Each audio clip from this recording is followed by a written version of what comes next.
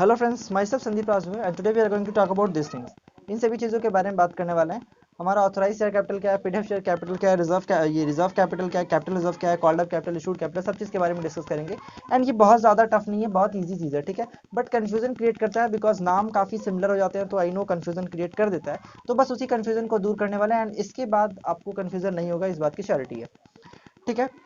Video को last तक जरूर देखिएगा, तभी ये चीज़ समझ में आएगा, अदरवाइज फिर एक दो पॉइंट कंफ्यूजन रह जाएगा। एंड एक चीज़, वीडियो पसंद है तो वीडियो को लाइक जरूर करना है, चैनल को सब्सक्राइब जरूर कर देना है। एंड कोई भी डाउट हो तो कमेंट कर सकते हो, डिस्क्रिप्शन में मेरा नंबर दिया रहेगा, आप चाहो तो कॉन्टैक्ट कर सकते हो। ऑथोराइज कैपिटल का मतलब क्या होता है? हम एक कंपनी रजिस्टर जब करने जा रही है तो उसका एक मेमोरेंडम ऑफ एसोसिएशन होता है, वो उसका चार्टर बुक होता है।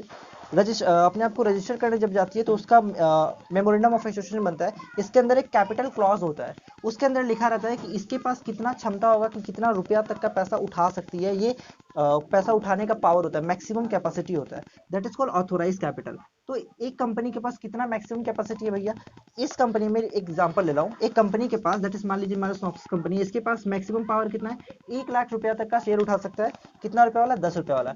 तो कितना रुपया उठा सकता है ये? 10 लाख रुपया उठाने का इसके पास क्षमता है। ये इसको बोलते हैं ऑथोराइज कैपिटल। इतना रुपया तक का पैसा उठाने का इसके पास ऑथोराइजेशन है, पावर है। So this is called authorise capital. क्या बना ऑफर है? ऑथोराइज कैपिटल इसको बोलते हैं, ठीक है। इसको एक और नाम है nominal capital, nominal share capital, ठीक है। दोनों सेम मतलब है, कोई खास चेंजेस नहीं आते। नाउ ऑथोराइज कैपिटल मान लेते हैं हमारे पास कितना है भैया? 1 लाख रुपया तक का पैसा उठाने का क्षमता है, 10 रुपया वाला। तो हम लोग उठा कितना सकते हैं? 10 लाख।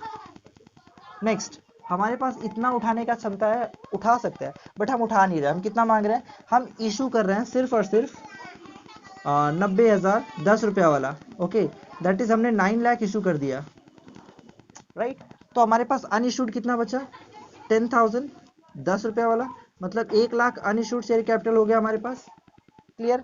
तो हमारे पास इशूड कितना हो गया? जितना हमने इशू कर दिया मार्केट में, वो उसको बोलते हैं इशूड कैपिटल। जितना हमारे इशू नहीं किया हुआ उसको बोलते हैं अनइशूड कैपिटल। ना इशूड कैपिटल हमने 9 लाख इशू तो किया है, बट क्या सारा पैसा हमको मिलेगा? मतलब हमने इस 90,000 शेयर को इशू किया है, तो क्या 90,000 रुपीज हमको मिलेगा? मतलब 90,000 शेयर सब्सक्राइब होगा? लेगा कौन? नहीं लेगा, है ना। तो जब ये 90,000 हम लोग इशू कर रहे हैं तो कुछ सब्सक्राइब हो जाएगा एंड कुछ पार्ट अनसब्सक्राइब रह जाएगा, एंड कुछ पार्ट अनसब्सक्राइब रह जाएगा। देन सब्सक्राइब वाला जो पार्ट होता है, इस ये हम मतलब मान लीजिए एग्जांपल दे रहा हूँ, दैट इज हमारा 8,500 शेयर सब्सक्राइब हो गया, ठीक है। 85,000, सॉरी 85,000 सब्सक्राइब हो गया, 10 रुपीज वाला, मतलब 8,50,000, 8,50,000 हमको मिल चुका है। दैट इज कॉल्ड हमारा सब्सक्राइब कैपिटल।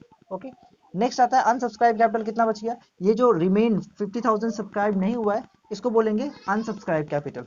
ओके ना, हमने सब्सक्राइब तो करवा लिया, इतना हमारे इतने लोग तो हमारे शेयर को परचेस कर चुके हैं, ले चुके हैं। अब इस परचेज वाले में से जितना रुपया हमने मंगवाया, एन एग्जाम्पल 10 रुपया का शेयर था, 10 रुपया के सिर्फ हमने 10 रुपया मंगवा लिए तो कोई प्रॉब्लम नहीं है। लेकिन अगर 10 में से सिर्फ 5 मंगवाए हैं तो ये 5 रुपया बन जाएगा हमारा, मतलब मंगवाए हैं, अभी मिला नहीं है, मंगवाए हैं तो कॉल्ड अप कैपिटल बन जाएगा। ओके, एंड ये मंगवा लिया हमने, हमारा पैसा मिल गया, कॉल्ड अप कैपिटल हो गया, पेमेंट हो गया। What is paid up share capital? ये एक डिफरेंट थिंग होता है, इसको बोलते हैं इक्विटी फाइनेंसिंग करना। दैट इज हम लोग आईपीओ के थ्रू पैसा उठा सकते हैं। ये पेड अप कैपिटल ना ऑलवेज जब भी हम लोग प्राइमरी मार्केट से पैसा उठाते हैं उसी समय होता है क्रिएट। ओके, सेकेंडरी मार्केट में एक इन्वेस्टर दूसरे इन्वेस्टर को सेल कर रहा है, वो हमारा पेड अप शेयर कैपिटल उससे हमारा क्रिएट नहीं हो रहा है। लाइक एक कंपनी जब फर्स्ट टाइम आईपीओ लेकर आ रही है या फिर उसको नया शेयर इशू करिए, इन दैट केस जब भी वो कंपनी टू डायरेक्ट इन्वेस्टर के बीच में जब कॉन्टैक्ट होता है ना, कंपनी शेयर दिया और उससे पैसा लिया, तो इसको बोलते हैं पेड अप शेयर कैपिटल का जनरेट होना।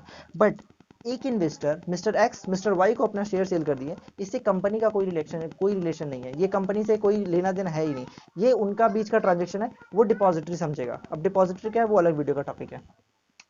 तो ये चीज था जो हमने डिस्कस किया, क्या होता है ऑथराइज कैपिटल, क्या इशूड कैपिटल, क्या अनइशूड क्या है, सब्सक्राइब क्या, अनसब्सक्राइब क्या है, कॉल्ड अप क्या होता है, पेड अप क्या होता है। Clear? Now what is capital reserve and what is reserve capital? Reserve capital, reserve पहले देखते हैं, दोनों वर्ड सेम सेम आ रहा है ना, capital reserve capital, same same word, but changes कहाँ होते हैं? कैपिटल रिजर्व का मतलब होता है ना वो प्रॉफिट, लाइक हमारे पास कोई भी कैपिटल नेचर का एसेट है, लाइक हमारे पास लैंड बिल्डिंग है, कोई भी मशीनरी है, कोई भी एसेट है। ओके, उस एसेट को हमने सेल कर दिया, या फिर हमारा कुछ शेयर था उसको फॉरफिट कर लिया, तो ऐसा कोई भी अमाउंट जो हमारे कैपिटल नेचर का होगा एंड उसको हम रिजर्व में डाल रहे हैं, कैपिटल नेचर का होना चाहिए, ठीक है। अगर कैपिटल नेचर का है और उसको रिजर्व में डालना है तो उसको बोलते हैं कैपिटल रिजर्व। ये कैपिटल नेचर का होता है लिखा हुआ है। तो कैपिटल नेचर का कोई भी चीज सेल करके अगर प्रॉफिट क्रिएट होता है तो उसको बोलते हैं, वो जाता है हमारे कैपिटल रिजर्व के अंदर। नेक्स्ट थिंग, रिजर्व कैपिटल क्या होता है? रिजर्व कैपिटल का मतलब होता है ना, हमने कैपिटल को रिजर्व कर लिया। कैसे रिजर्व कर लिया? हमारे पास यहाँ देखो 10 रुपये हमने डिमांड किया था। अगर हम 10 के जगह 90,000 के ऊपर ही, और मान लो हमने 5 ही डिमांड किया होता, तो जो भी अमाउंट हमको मिलता, ये सिर्फ 5 रुपीज़ डिमांड किया, 5 रुपया नहीं मंगवाया अभी तक, 90,000 सब्सक्राइब हो चुका है, इशू हो चुका है, सब्सक्राइब हो गया है, इसके ऊपर से 5 रुपया हमारा इस मिल चुका है, राइट ना। तो ये जो 5 रुपया हमने नहीं मंगवाया, 5 रुपया जो भी हमारे पास बचा हुआ है, मतलब हम चाहें जब भी मंगवा सकते हैं, और जब भी मंगवाएंगे ना शेयर होल्डर को देना पड़ेगा। ऐसा in case of company winding up में चला गया, और वाइंडिंग अप में जाने के बाद अगर हम बोलते हैं कि भाई अब तो हमारे पास पैसा नहीं है, काम करो आप लोग पैसा दो, तो वो लोग ये नहीं बोल सकते कि अब कंपनी बर्बाद हो रही है, अब हम क्यों पैसा दें। जस्ट बिकॉज आपने 10 रुपए की लाइबिलिटी परचेस की है, 10 रुपए के लिए आप पेमेंट करने के लिए रेडी हो, जिसमें से हमने 5 रुपया पहले ले लिए थे, और 5 रुपया आपको देना पड़ेगा। इस सिचुएशन में उनको देना पड़ेगा, क्योंकि वो अमाउंट उनके ऊपर अभी भी ड्यू है, वो अपने 10 रुपए के लिए लाइबल है। ओके, 10 में 5 रुपए के लिए लाइबल है। अगर नहीं पे करते तो फिर कोर्ट केस वगैरह बहुत कुछ होगा, लिक्विडेटर बहुत कुछ कर सकता है, that is different. So reserve capital के अंदर जो 5 रुपया हमने बचा लिया, ये 5 रुपया हमने नहीं मांगा था। यहाँ पे एग्जाम्पल के रूप में 90,000 इशू किया 5 रुपया वाला, जिसमें से 5 रुपया हमने नहीं मंगवाया। ओके, तो ये जो 5 रुपया बच गया, वो 5 रुपया यहाँ पे आ गया। कितना रुपए के ऊपर नहीं मंगवाया था? से 90,000 के ऊपर ही नहीं मंगवाया था। तो हमारा कितना अमाउंट का, मतलब कितना अमाउंट हमने अभी तक नहीं मंगवाया है, दैट इज हमारा 4,50,000 रुपीज हमने नहीं मंगवाया, राइट। तो 4,50,000 जो हमने अमाउंट नहीं मंगवाया है, ये हमारा रिजर्व कैपिटल हो गया। इन केस ऑफ जब भी कंपनी वाइंडिंग अप में जाएगा, उस टाइम में ये कैपिटल कंपनी मंगवा सकती है, मंगवाएगी ऑब्वियसली। कंपनी मंगवाएगी कि हमको मेरा कैपिटल वापस चाहिए, हमको अपने जो क्रेडिटर है उनका पैसा वापस करना है, जो भी हमारा सेटलमेंट है सब कुछ फिनिश करना है। बट समटाइम अगर कंपनी बहुत अच्छा प्रॉफिट किए, बहुत ज़्यादा उसके पास पैसा है, तो वो पैसा नहीं मंगवा सकती है। इन दैट केस वो अपने सरप्लस को ही डिस्ट्रीब्यूट नहीं कर पाई, मतलब उसके पास इतना प्रॉफिट था कि वही डिस्ट्रीब्यूट नहीं हो पाया, तो पैसा नहीं मंगवाएगी। लेकिन अगर पैसा कम पड़ता है, तो वो सारा पैसा वाइडनिंग अप के टाइम में कैपिटल रिजर्व मंगवाएगी, शेयर होल्डर से मंगवाएगी। ओके, कैपिटल रिजर्व क्या था? कैपिटल नेचर का जो प्रॉफिट था उसको रिजर्व में ट्रांसफर किया, एंड एक अलग रिजर्व बनाया, that is capital reserve, right. कभी कभी हम लोग शेयर फॉरफीच करते हैं, तो शेयर फॉरफीच करते समय भी जो प्रॉफिट आता है ना, उसको हम लोग कैपिटल रिजर्व में ट्रांसफर करते हैं, क्योंकि वो कैपिटल नेचर का होता है। ओके, सो आई थिंक अब आपको ये सारा कुछ समझ में आ गया होगा, और कोई भी डाउट नहीं होना चाहिए। अगर डाउट है तो आपको मेरा नंबर पता है, आप मेरे को व्हाट्सअप कर सकते हो, ग्रुप का नंबर लिंक है, आप उसमें ज्वाइन कर सकते हो। एंड इसके अलावा और कुछ बोलना नहीं है इस वीडियो में, ठीक है। मिलते हैं नेक्स्ट वीडियो में, बाय बाय। पॉज कर देना।